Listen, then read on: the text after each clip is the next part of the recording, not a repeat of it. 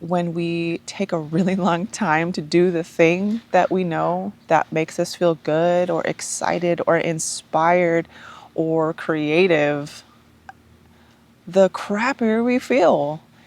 And then we start to get into our heads of like, oh, maybe I'm just not cut out for this, or maybe it's just not for me, or maybe I'm just lazy, maybe my ideas aren't really good. And that's just simply not the case. And so, my invitation for this discussion is, who is it that's making that decision? And why does it need to be perfect? It could be as simple as either doing a workout, or it could be something like setting time aside to do something creative for yourself. And it could be like a project, or it could be something that you're just excited about. But there's so many different things that you're doing throughout the day, and you kind of get a little bit bogged down with all of the things that need to be done, expectations, and all these different responsibilities that you might have at home, to the point where when it's time that stuff settles down, when it's time, either things aren't in the right place, things aren't perfect, and you get just frustrated. You just feel like, what's the point? Who is it that's making that decision? Who is it that's in here that is making that decision, saying like, things aren't perfect, let's just forget about it, let's just do it tomorrow, or pushing it to the side? Like, who is that? And then who is it that decides, you know what, forget it, let's just do it, things aren't perfect, but I'm just going to push the button and I'm just going to start? And I feel like the hardest part really is just like taking a seat taking a seat and doing it anyways. Because why do things have to be perfect? Why do things have to have a certain like guideline or checklist that you have to go through? Because at that point, all these different hoops that you have to jump, the weather needs to be perfect, the all of the things, it's sapped all the fun out, and it's not fun, it's not easy, it's not flowing anymore. And the whole point of this is that we know that when we do the thing, it could be a workout, it could be creating something. When we do it, while we're doing it, we are just in such a flow state. It feels good. It feels like, why did it take me so long to do this? It just feels good. And then when we're done, it's just like, we can finally breathe. It's like an exhale. And then from that point, then more amazing ideas come, more creative ideas, or inspiration comes from that. But when we are in a space of analysis paralysis and thinking like things have to be perfect, oh my gosh, like when is my time going to happen? Why can't I find time for it? Or, oh, I haven't found time for it for so long. My room's a mess and I can't, like there's always going to be some kind of responsibility or thing that we have to do. And what can we do to just pull that Band-Aid off and just do it, even though we're scared, do it even though we are overwhelmed or having a tough day? That's another thing that I want to discuss, is sometimes what we're experiencing during our day can be super discouraging or overwhelming. There's just so many things. Like if you've got kids, if you've got a household to take care of, if you've got a bunch of animals, all these different expectations that we have that we need to do to take care of these humans or animals or households. And we tend to think like as if like we have to do these things, or they have to look a certain way, or that you're not getting your own time, so like you're kind of getting distracted in a sense of you're just not enjoying it because you're judging it. What's up with that? Why do we judge what we're doing while we're doing it, it makes us feel depleted and bitter and frustrated or anxious, maybe even sometimes depressed. And because you're split into too many different like avenues, our focus is on why is this happening? Why does it have to be this way? Why are they acting like this?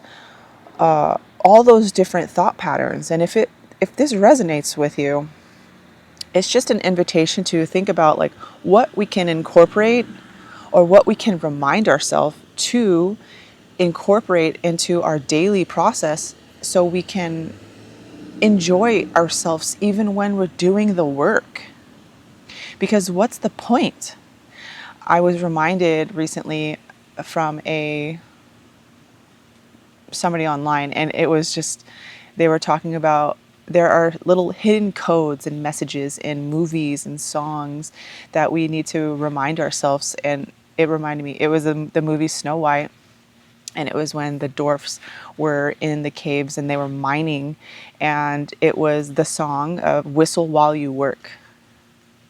And it relates with this discussion right now because how can we find time to enjoy when we're in the mix, when we're driving on the freeway and that there's traffic, when our baby's diaper leaks out onto their clothes and that's the last bit of clothing? Like, why does it have to feel like our worlds are being torn apart, or like it's just feeling just overwhelming and like you're just out of control?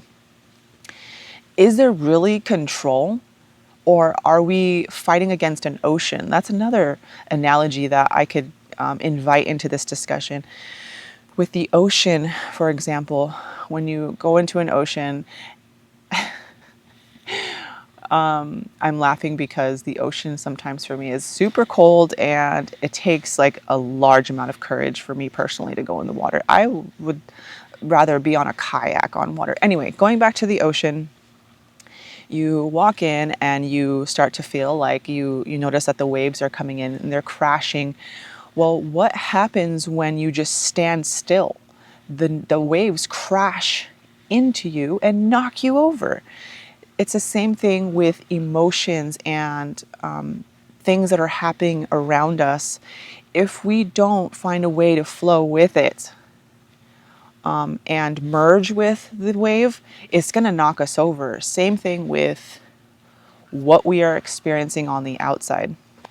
So, yeah, I'm going back to the analysis paralysis and taking forever to do the thing that you know feels good. You know, working out consistently feels good because you feel stronger. You're able to lift heavier things. You're able to walk longer. You're able to walk up a mountain and not be winded. There's so many benefits of working out on a consistent basis, whatever that looks like to you. It doesn't always have to be lifting weights. I want to add this as well because I feel like a lot of us function this way. And it is in regard to our relationships and feeding off of one another, in a sense of like, you notice that your partner is trying to be there for you to the point where they're putting their stuff off and then you don't do your thing because you can tell what they're doing. And so then it becomes like this thing that where they're both not doing what they said they wanted to do because they feel bad for one another. And it's just like, that is just silly. If you hear it out loud, it just sounds silly. And how can we just put your hands up and be like, all right, I'm going to go. I'm going to go. I'm going to do the thing that I said I wanted to do. I'm going to invest a little bit of time. We've got a little time in between our day. Let's just chisel away at our dreams. It really is our responsibility to do what we can to fill ourselves with joy and excitement and inspiration. Because when we lean on our partners too much, it's not beneficial for you. It's not beneficial for them. They shouldn't be our source of joy or only singular source of joy or those kinds of things. Like, we should be able to come together with two individuals. Hey, these are the things that excite me and interest me and get me super happy to be here.